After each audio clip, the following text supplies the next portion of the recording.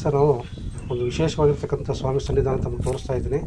ಅದು ತೋಪಿನ ರಂಗನಾಥ ಸ್ವಾಮಿ ದೇವಸ್ಥಾನ ಅಥವಾ ಗವಿರಂಗನಾಥ ಸ್ವಾಮಿ ದೇವಸ್ಥಾನ ಅಂತೇಳಿ ಒಂದು ಸುಪ್ರಸಿದ್ಧವಾಗಿರ್ತಕ್ಕಂಥ ದೇವಸ್ಥಾನ, ಇತಿಹಾಸ ಪರಿಣಾಮ ಪ್ರಸಿದ್ಧವಾಗಿರ್ತಕ್ಕಂಥ ದೇವಸ್ಥಾನ. ಇದು ಕಾಡಿನ ಮಧ್ಯದಲ್ಲಿ ನೆಲೆಸಿರ್ತಕ್ಕಂಥದ್ದು. ಮೊದಲನೇದಾಗಿ ತಮ್ಮೆಲ್ಲರಿಗೂ ಸಹ ಹೊಸ ವರ್ಷದ ಆರ್ಥಿಕ ಶುಭಾಶಯಗಳನ್ನು ಹೇಳ್ತಾ, ಎಲ್ಲರಿಗೂ ಸಹ ಭಗವಂತ ಒಳ್ಳೆಯದನ್ನು ಮಾಡಲಿ. ನಮ್ಮ ಚಾನಲ್ನ ತಾವು ಎಲ್ಲರೂ ಸಬ್ಸ್ಕ್ರೈಬ್ ಮಾಡ್ಕೊಳ್ಳಿ, ನಂತರ ಅದನ್ನು ಶೇರ್ ಮಾಡಿ ಅಂತ ಹೇಳ್ತಾ ನಮ್ಮ ಚಾನಲ್ ವತಿಯಿಂದ ನಿಮ್ಮೆಲ್ಲರಿಗೂ ಶುಭಾಶಯವನ್ನು ಹೇಳ್ತಾ ಈ ದೇವಾಲಯದ ಬಗ್ಗೆ ಪರಿಚಯ ತಮಗೆಲ್ಲರಿಗೂ ಮಾಡಿಸ್ತಾ ಇದ್ದೀನಿ. ಇದು ವಿಶೇಷವಾಗಿರ್ತಕ್ಕಂಥ ದೇವಾಲಯ. ಯಾಕೆಂತಂದರೆ ಇದು ಅತ್ಯಂತ 800 ವರ್ಷಗಳ ಇತಿಹಾಸ ಹೊಂದಿರತಕ್ಕಂಥ ತೋಪಿನ ರಂಗನಾಥ ಸ್ವಾಮಿ ದೇವಾಲಯ ಅಂತೇಳಿ ತುಮಕೂರಿಂದ ಬರ್ತಕ್ಕಂಥ ಇದನ್ನು ಸ್ಥಳ ಹೇಳ್ತೇನೆ. ತುಮಕೂರಿಂದ ಕುಣಿಗಲ್ ಮಾರ್ಗವಾಗಿ ಹೋಗ್ತಾ ಹೊನ್ನುಡಿಕೆ ಗ್ರಾಮ ಬರುತ್ತೆ. ಹೊನ್ನುಡಿಕೆ ಗ್ರಾಮದಲ್ಲಿ ಬಂದಾಗ ಚಿಕ್ಕ ಸಾರಂಗಿ ಅಂತೇಳಿ ಒಂದು ಊರಿದೆ. ಅಲ್ಲಿ ನಮಗೆ ಯಲ್ಲಾಪುರ ಅಂತ ಬರುತ್ತೆ. ಮುಂದಕ್ಕೆ ಬಂದಾಗ ಅಲ್ಲಿ ಈ ಸ್ವಾಮಿ ಗವಿರಂಗನಾಥ ಸ್ವಾಮಿ ನೆಲೆಸಿರ್ತಕ್ಕಂಥದ್ದು. ನೋಡಿ, ಆಶ್ಚರ್ಯಕರವಾಗಿ ವಿಶೇಷವಾಗಿರ್ತಕ್ಕಂಥ ಸನ್ನಿಧಾನ ತೋರಿಸ್ತಾರೆ. ನೋಡಿ, ಅದನ್ನು ಅಂದರೆ ಬಂಡೆಯನ್ನು ಕೊರೆದು ಮಾಡಿರ್ತಕ್ಕಂಥದ್ದು. ಒಬ್ಬೊಬ್ಬರೇ ಒಳಗೆ ಬರಬೇಕು, ನುಸುಳ್ಕೊಂಡು ಬರಬೇಕು, ತೇಳ್ಕೊಂಡು ಬರಬೇಕು, ತಲೆ ಎತ್ಕೊಂಡು ಬರೋಕ್ಕಾಗೋದೇ ಇಲ್ಲ. ಇಲ್ಲಿ ಮಲ್ಕೊಂಡು ತೇಳ್ಕೊಂಡು ಬರಬೇಕಾಗುತ್ತೆ. ವಿಶೇಷವಾಗಿ ಅದು ಭೂಮಿ ಒಳಗೆ ಇರ್ತಕ್ಕಂಥ ದೇವಸ್ಥಾನ. ಇದು ಭೂಮಿಯನ್ನು ಒಳಗೆ ಅದಾಗದಾಗೆ ಅಂದರೆ ಸಹಜವಾಗಿ ಉದ್ಭವ ಆಗಿರ್ತಕ್ಕಂಥ ಸ್ವಾಮಿ, ಉದ್ಭವ ರಂಗನಾಥ ಅಂತೇಳಿ ಇಲ್ಲಿನ ಇತಿಹಾಸದ ಅರ್ಚಕರು ನಮಗೆ ಮಾಹಿತಿಯನ್ನು ಕೊಡ್ತಕ್ಕಂಥ. ಅದ್ರ ಬಗ್ಗೆ ಹೆಚ್ಚಿನ ಮಾಹಿತಿಯನ್ನು ನಾವು ಅವರಿಂದಲೇ ತಿಳ್ಕೊಳ್ಳೋಣ. ಹಾಗಾಗಿ ದೇವಸ್ಥಾನದೊಂದು ಹೊರಾಂಗಣ ಪ್ರಕಾರವನ್ನೆಲ್ಲ ತೋರಿಸ್ತಾ ಇದ್ದಾರೆ. ದಯವಿಟ್ಟು ಒಂದ್ಸರಿ ವೀಕ್ಷಣೆಯನ್ನು ಮಾಡಿ. ಅತ್ಯಂತ ಒಂದು ಶಾಂತವಾದ ವಾತಾವರಣದಲ್ಲಿರ್ತಕ್ಕಂಥದ್ದು, ನಿಶಬ್ದವಾದ ವಾತಾವರಣ. ಶನಿವಾರ ಇಲ್ಲಿ ಹೆಚ್ಚಿನ ಸಂಖ್ಯೆಯಲ್ಲಿ ಭಕ್ತರು ಸೇರ್ತಾರೆ, ಮಿಕ್ಕಿದ ದಿನಗಳಲ್ಲಿಲ್ಲ. ಶನಿವಾರ ಮಾತ್ರ ಇಲ್ಲಿ ಅತ್ಯಂತ ಹೆಚ್ಚಿನದಾಗಿ ಭಕ್ತರು ಸೇರ್ತಕ್ಕಂಥದ್ದು ನಾವಿಲ್ಲಿ ಕಾಣ್ಬೋದು. ಅದನ್ನು ಇಲ್ಲಿನ ಅರ್ಚಕರು ಕೊಟ್ಟಿರ್ತಕ್ಕಂಥ ಮಾಹಿತಿ ನಮಗೆ. ನೋಡಿ, ಈಗ ದೇವಾಲಯ ನಾವು ಪ್ರವೇಶ ಮಾಡೋದಕ್ಕಿಂತ ಮುಂಚೆ ಅಲ್ಲಿನ ಒಳಗಿನ ಎಲ್ಲವನ್ನ ಒಂದು ವೀಕ್ಷಣೆಯನ್ನು ತೋರಿಸ್ತಾ ಇದ್ದಾರೆ. ನೋಡಿ, ಸುಪ್ರಸಿದ್ಧವಾಗಿರ್ತಕ್ಕಂಥ ದೇವಾಲಯ ತೋಪಿನ ರಂಗನಾಥ ಸ್ವಾಮಿ ದೇವಾಲಯ ಅಂತೇಳಿ ಕರೀತಾರೆ. 800ಕ್ಕೂ ಹೆಚ್ಚು ಇತಿಹಾಸ ಹೊಂದಿರತಕ್ಕಂಥ, ಇತ್ತೀಚೆಗೆ ಜೀರ್ಣೋದ್ಧಾರಕಾರಿಯಾಗಿರ್ತಕ್ಕಂಥದ್ದು. ಮೊದಲು ತುಂಬ ಅತ್ಯಂತ ಹಳೆಯ ಕಾಲದ ದೇವಸ್ಥಾನ ಅಂತೇಳಿ ಮಾಹಿತಿಯನ್ನು ಕೊಟ್ಟಿದ್ದಾರೆ. ಈಗ ಇದರ ಜೀರ್ಣೋದ್ಧಾರಕಾರಿಯಾಗಿ ಈ ಒಂದು ಸುವ್ಯವಸ್ಥಿತವಾಗಿ ನಡೆಸ್ಕೊಂಡು ಹೋಗ್ತಾ ಇದ್ದಾರೆ. ಸುತ್ತಮುತ್ತಿನ ಆಜುಬಾಜಿನ ಗ್ರಾಮಸ್ಥರು ಇದಕ್ಕೆ ಒಕ್ಕಲಾಗಿ ಹೆಚ್ಚಿನ ಜನ ಬಂದು ಒಕ್ಕಲಿನ ದೇವರು ಅಂತೇಳಿ ಕರೀತಾರೆ. ಇಲ್ಲಿ ಪೂಜೆ ಪುನಸ್ಕಾರಗಳು ಹೆಚ್ಚು ನಡೆಯುತ್ತೆ. ಹಾಗಾಗಿ ಪ್ರತಿ ವರ್ಷ ಶ್ರಾವಣ ಮಾಸದಲ್ಲಿ ಅತ್ಯಂತ ಹೆಚ್ಚು ಜನ ಭಕ್ತರು ಬರ್ತಾರೆ. ನೋಡಿ, ಯಾವ ರೀತಿ ದೇವಸ್ಥಾನವನ್ನು ನಿರ್ಮಾಣವನ್ನು ಮಾಡಿದ್ದಾರೆ. ಸುತ್ತಲೂ ಆಗಿರ್ತಕ್ಕಂಥದ್ದು ಈ ಕೇಸರಿ ಬಣ್ಣದಿಂದ ಸ್ವಾಮಿನ ಸಂಪೂರ್ಣವಾಗಿ ಬಣ್ಣ ಕಾರ್ಯವನ್ನು ಮಾಡಿದ್ದಾರೆ. ಬಂಗಾರದ ಬಣ್ಣವನ್ನು ಸಹ ಗೋಪುರಕ್ಕೆ ಬೆಳೆದಿದ್ದಾರೆ. ಅತ್ಯಂತ ಇತ್ತೀಚೆಗೆ ನವೀಕರಣ ಚೆನ್ನಾಗಿ ಮಾಡಿರ್ತಕ್ಕಂಥದ್ದು. ಹಾಗೆ ದೇವಸ್ಥಾನ ಗರ್ಭಗುಡಿಯನ್ನು ತೋರಿಸ್ತಾರೆ. ಆ ಗರ್ಭಗುಡಿಯನ್ನು ವೀಕ್ಷಣೆ ಮಾಡಿದ್ರೆ ನಮಗೆ ಗೊತ್ತಾಗುತ್ತೆ ಈ ದೇವಾಲಯದ ಎಷ್ಟು ಪುರಾತನವಾದ, ಎಷ್ಟು ಸತ್ಯವಾಗಿರ್ತಕ್ಕಂಥದ್ದು, ಸ್ವಾಮಿಲಿ ಹುಟ್ಟಿ ಬೆಳೆದಿರ್ತಕ್ಕಂಥದ್ದು ಅಂತಕ್ಕಂಥದ್ದು ತೋರಿಸ್ತಾರೆ. ಪ್ರತಿಯೊಂದನ್ನು ಸಹ ವೀಕ್ಷಣೆಯನ್ನು ಮಾಡಿ ನಮ್ಮ ಚಾನಲನ್ನು ಸಬ್ಸ್ಕ್ರೈಬ್ ಮಾಡಿ.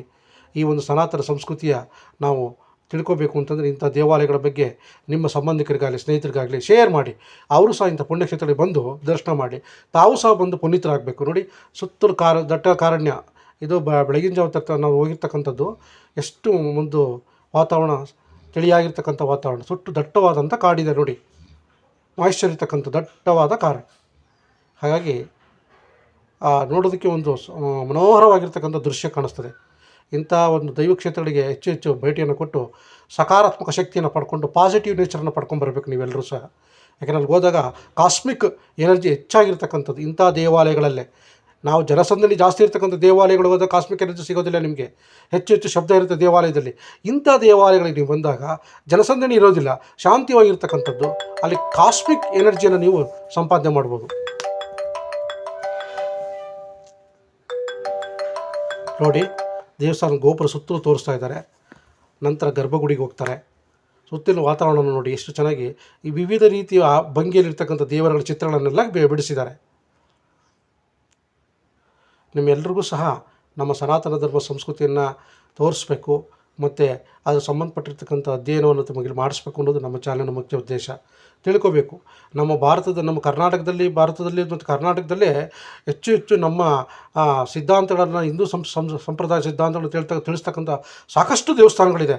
ತಮಗೆ ಗೊತ್ತಿರಲ್ಲ ಅಷ್ಟೇ. ಅಂಥವನ್ನ ನಾವು ಯಾಕೆ ಪರಿಚಯ ಮಾಡ್ತಾ ಇದ್ದೀವಿ ಅಂದರೆ, ನಮ್ಮ ದೇಶದಲ್ಲಿ ಇರ್ತಕ್ಕಂಥ ಋಷಿಮುನಿಗಳು ತಪಸ್ಸು ಮಾಡಿರ್ತಕ್ಕಂಥ ಕ್ಷೇತ್ರ ಇಂಥವುಗಳು. ಇವೆಲ್ಲ ಋಷಿಮುನಿಗಳು ತಪಸ್ಸು ಮಾಡಿ ಸ್ಥಾಪನೆ ಮಾಡಿರ್ತಕ್ಕಂಥ ಕ್ಷೇತ್ರ. ಎಲ್ಲೆಲ್ಲಿ ಋಷಿಗಳು ತಪಸ್ಸು ಮಾಡಿದ್ದಾರೆ ಅಲ್ಲೆಲ್ಲ ಭಗವಂತ ಉದ್ಭವ ಆಗಿದ್ದಾನೆ.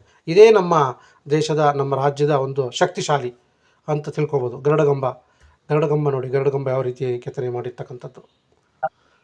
ಹಾಗೂ ನಾನು ಇಲ್ಲೇ ವಿಶೇಷವಾಗಿ ಮರ.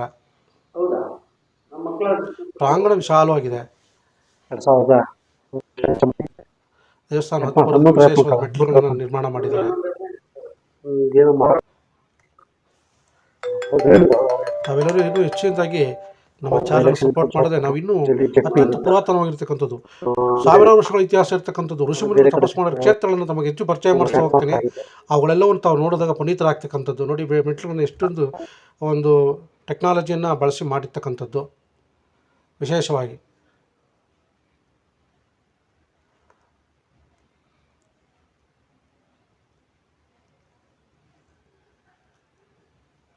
ಸ್ವಾಮಿಯ ದರ್ಶನ ತಾವೆಲ್ಲರೂ ಮಾಡೋದಕ್ಕೆ ಧನ್ಯವಾದಗಳನ್ನು ಹೇಳ್ತಾ ಇದ್ದೀನಿ. ಎಲ್ಲರೂ ಸಹ ಸಪೋರ್ಟ್ ಮಾಡಿ ನಮ್ಮ ಈ ಸಂಸ್ಕೃತಿಯನ್ನು ಉಳಿಸಿ ಬೆಳೆಸಿ ಅಂತ ತಮ್ಮ ಹತ್ರ ಕೇಳ್ಕೊಳ್ತಾ ಇದ್ದೀನಿ. ಹೊಸ ವರ್ಷ ನಿಮ್ಮೆಲ್ಲರಿಗೂ ಸಹ ಹೊಸ ಯೋಜನೆಗಳು ಸಾಕಾರ ಆಗಲಿ, ಭಗವಂತನ ಆಶೀರ್ವಾದ ತಮ್ಮೆಲ್ಲರಿಗೂ ಸಿಗಲಿ ಅಂತ ಹೇಳಿ ನಮ್ಮ ಚಾನಲ್ನ ವತಿಯಿಂದ ನಿಮ್ಮೆಲ್ಲರಿಗೂ ಶುಭಾಶಯವನ್ನು ಕೋರ್ತಾ ಇದ್ದೀನಿ. ದಟ್ಟವಾದ ಅರಣ್ಯ, ಸುತ್ತಲೂ ಅರಣ್ಯವಾಗಿರ್ತಕ್ಕಂಥ ಏರಿಯಾ ಇದು. ತಾವು ಒಂದು ಸರಿ ಅವಕಾಶ ಇದ್ದರೆ ಹೋಗಿ. ಇಲ್ಲಿಗೆ ಸ್ವಂತ ವೆಹಿಕಲಲ್ಲಿ ಹೋಗಬೇಕು, ಸರ್ಕಾರಿ ಬಸ್ಗಳಲ್ಲಿ ಖಾಸಗಿ ಬಸ್ ಇಲ್ಲ. ನೀವು ಸ್ವಂತ ವೆಹಿಕಲಲ್ಲಿ ಹೋದರೆ ಇಲ್ಲಿ ಬಹಳ ಅನುಕೂಲ ಆಗುತ್ತೆ. ಬಸ್ಗಳು ಬೇರೆ ವ್ಯವಸ್ಥೆ ಇಲ್ಲ ಇಲ್ಲಿ.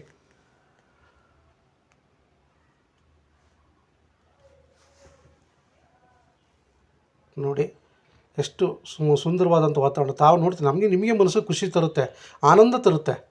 ಎಲ್ಲರಿಗೂ ಧನ್ಯವಾದಗಳು, ನಮಸ್ಕಾರ.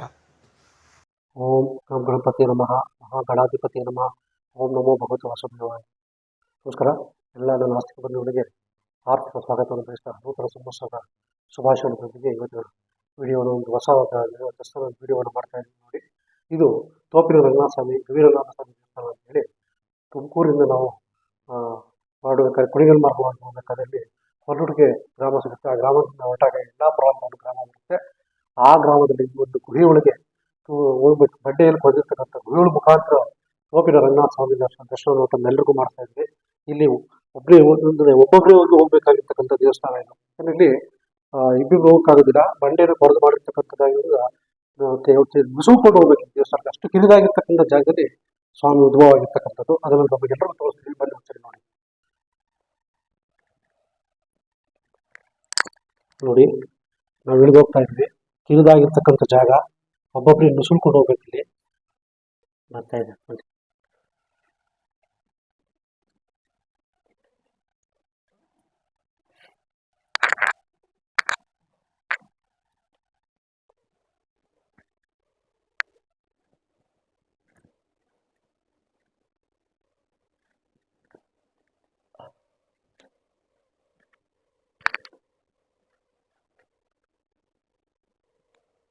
ಇದಾಗುತ್ತೆ, ಒಬ್ಬರೇ ಬರ್ಬೇಕು.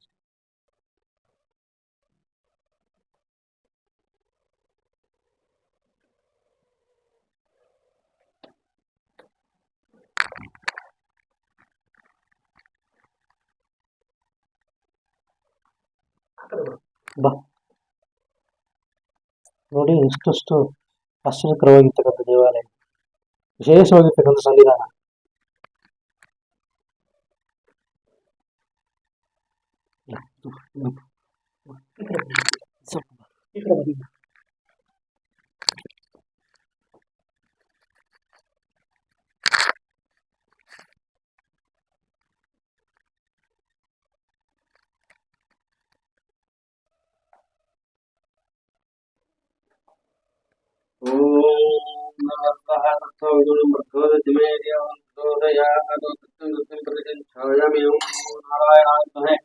वासुदेवाय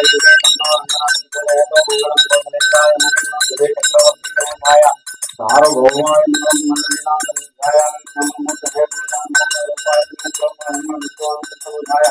मिथिलानगरे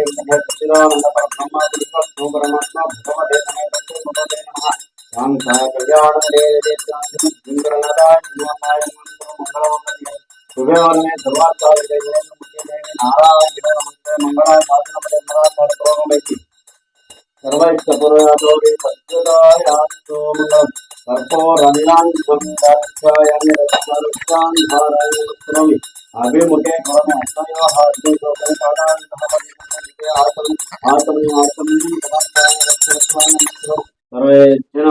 ಸುಖಿನೋ ಭವಂತು ಸಕಲ ಸನ್ಮಂಗಳಾನಿ ಭವಂತು.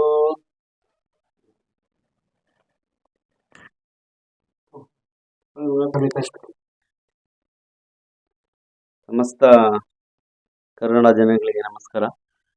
ಇದು ಗವಿರಂಗನಾಥ ಸ್ವಾಮಿ ಅಂತ ಹೇಳ್ಬಿಟ್ಟು, ಇದು ಏಕೈಕವಲ್ ಅಲ್ಲಿ ಬಾರ್ಡರ್ ಅಲ್ಲಿ ಉದ್ಭವ ಆಗಿರ್ತಕ್ಕಂಥ ಇದು ದೇವಸ್ಥಾನ. ಇದು ಫುಲ್ ನ್ಯಾಚುರಲ್. ಗವಿ ಏನಿದೆಯೋ ಇದು ಫುಲ್ ನ್ಯಾಚುರಲ್ ಆಗಿದೆ. ಇದು ಯಾರು ಏನು ಒಂದು ಹುಳಿಪೆಟ್ಟಿಂದ ಆಗ್ಲಿ, ಇನ್ನೊಂದಿಂದ ಆಗ್ಲಿ, ಮತ್ತೊಂದಿಂದ ಆಗ್ಲಿ ಮಾಡಿರ್ತಕ್ಕಂಥ ದೇವಸ್ಥಾನ ಅಲ್ಲ. ಸ್ವಾಮಿ ಉದ್ಭವ ಮೂರ್ತಿ ಶ್ರೀದೇವಿ, ಭೂದೇವಿ, ರಂಗನಾಥ ಸ್ವಾಮಿ ಮತ್ತೆ ಗರುಡ, ಇವರು 4 ಜನ ಉದ್ಭವ ಮೂರ್ತಿಗಳಾಗಿದ್ದಾರೆ. ಇವರು ಒಂದು ಅಣ್ಣ ತಮ್ಮಂದಿರು. ಗವಿ ರಂಗನಾಥ ಸ್ವಾಮಿ, ಟೋಪಿ ರಂಗನಾಥ ಸ್ವಾಮಿ, ಗುಡ್ಡ ರಂಗನಾಥ ಸ್ವಾಮಿ ಅಂತ 3 ಜನ ಅಣ್ಣ ತಮ್ಮಂದಿರು ಅಂತ ಹೇಳೋ ಪ್ರತೀತಿ ಇದೆ. ಈ 3 ಜನ ದೇವಸ್ಥಾನಗಳಲ್ಲೂ ಸೇಮ್ ಇದೇ ತರನೇ ಉದ್ಭವ ಮೂರ್ತಿ ಆಕಾರದಲ್ಲೇ ಇದೆ. ಬಟ್ ಇಲ್ಲಿ ನಮಗೆ ಹಿಂದೆ ಸ್ಪೇಸ್ ಇಲ್ಲ ಅಂದ್ರೆ ಮೂರ್ತಿ ಸಪರೇಟ್ ವಿಗ್ರಹಗಳನ್ನ ಮಾಡ್ಕೊಳಕ್ಕೆ ಆಗಿಲ್ಲ. ಹಾಗಾಗಿ ಉದ್ಭವ ಮೂರ್ತಿಗೆ ಪೂಜೆ ನಡೀತಿದೆ. ಸದಾ ಪೂಜೆ ಇರುತ್ತದೆ. ಶನಿವಾರನೇ ಜಾಸ್ತಿ ಜನ ಭಕ್ತಾದಿಗಳು ಬರತಕ್ಕಂಥ ದೇವಸ್ಥಾನ ಪ್ರತೀತಿ. ಮತ್ತೆ ವಾರಕ್ಕೊಮ್ಮೆ ಪೂಜೆ ಇತ್ತು. ಇವಾಗ ನಾವು ಇಲ್ಲೇ ಇರೋದ್ರಿಂದ ದಿನ ನಿತ್ಯ ಪೂಜೆ ನಡೀತದೆ. ಬಟ್ ಶನಿವಾರ ಜಾಸ್ತಿ ಭಕ್ತಾದಿಗಳೆಲ್ಲ ಬರೋದಿಲ್ಲ. ಶನಿವಾರನೇ ಜಾಸ್ತಿ ಇರುತ್ತೆ. ಹಾಗಾಗಿ ಇದು ತುಂಬಾ ವರ್ಷದ ದೇವಸ್ಥಾನ ಅಂತ ಇದೆ. ಇತ್ತೀಚೆಗೆಲ್ಲ ಇದು ಟ್ರಸ್ಟ್ ಮಾಡ್ಕೊಂಡು ಮಾಡಿ ಎಲ್ಲ ಒಂದು ಚೆನ್ನಾಗಿ ಇಂಪ್ರೂವ್ಮೆಂಟ್ ಮಾಡಿದ್ದಾರೆ ಭಕ್ತಾದಿಗಳೆಲ್ಲ. ಇದು ಸುಮಾರು ವರ್ಷದ ದೇವಸ್ಥಾನ ಅಂತ. ಇಲ್ಲಿಂದ ಶಿವಗಂಗೆವರೆಗೂ ಪಾತಾಳಗಂಗೆ ಕನೆಕ್ಷನ್ ಇದೆ ಅಂತ ಹೇಳ್ತಾರೆ. ಅಲ್ಲಿವರೆಗೂ ಅವಾಗ ಇಲ್ಲಿ ಹಂದಿ ಮರಿ ಮತ್ತೆ ಕೋಳಿ ಮರಿನ ಇದಕ್ಕೆ ಸುರಂಗ ಮಾರ್ಗದಲ್ಲಿ ಬಿಟ್ಟಿದ್ದಕ್ಕೆ ಹಂದಿ ಮರಿ ಎಲ್ಲ ಮಧ್ಯದ ತೀರ್ಥ ಹೋಗ್ಬಿಟ್ಟಿದೆ. ಕೋಳಿ ಹೋಗಿ ಶಿವಗಂಗೆ ಬೆಟ್ಟದ ಮೇಲೆ ಕೂಗಿದೆ ಅಂತ ಹೇಳ್ಬಿಟ್ಟು ಹಿರಿಕ್ ಗೊತ್ತಿರೋಂಥವ್ರು ನಮ್ಮ ತಾತ ಮುತ್ತಾತ ಅವರೆಲ್ಲರೂ ನಮಗೆ ಹೇಳಿರ್ತಕ್ಕಂಥ ಒಂದು ಸಾರಾಂಶ ಇದು. ಉದ್ಭವ ಮೂರ್ತಿ ನ್ಯಾಚುರಲ್. ತುಂಬಾ ಜನ ಭಕ್ತಾದಿಗಳಿದ್ದಾರೆ ಇಲ್ಲಿ. ಅಕ್ಕಪಕ್ಕ ಎಲ್ಲಾನು ಭಕ್ತಾದಿಗಳಿದ್ದಾರೆ. ಶ್ರಾವಣದಲ್ಲಿ ತುಂಬಾ ಜನ ಜಾಸ್ತಿ ಬರ್ತಾರೆ. ತುಂಬಾ ರಶ್ ಇರ್ತದೆ. ಭಕ್ತಾದಿಗಳು ಅವ್ರು ಬಂದ ಕಷ್ಟಗಳನ್ನ ಕೋರ್ಕೊಂಡು ಭಗವಂತ ಅವರಿಗೆ ಇಷ್ಟಾರ್ಥಗಳನ್ನ ನೆರವೇರಿಸ್ಕೊಂಡು ಹೋಗ್ತಾ ಇದ್ದಾರೆ.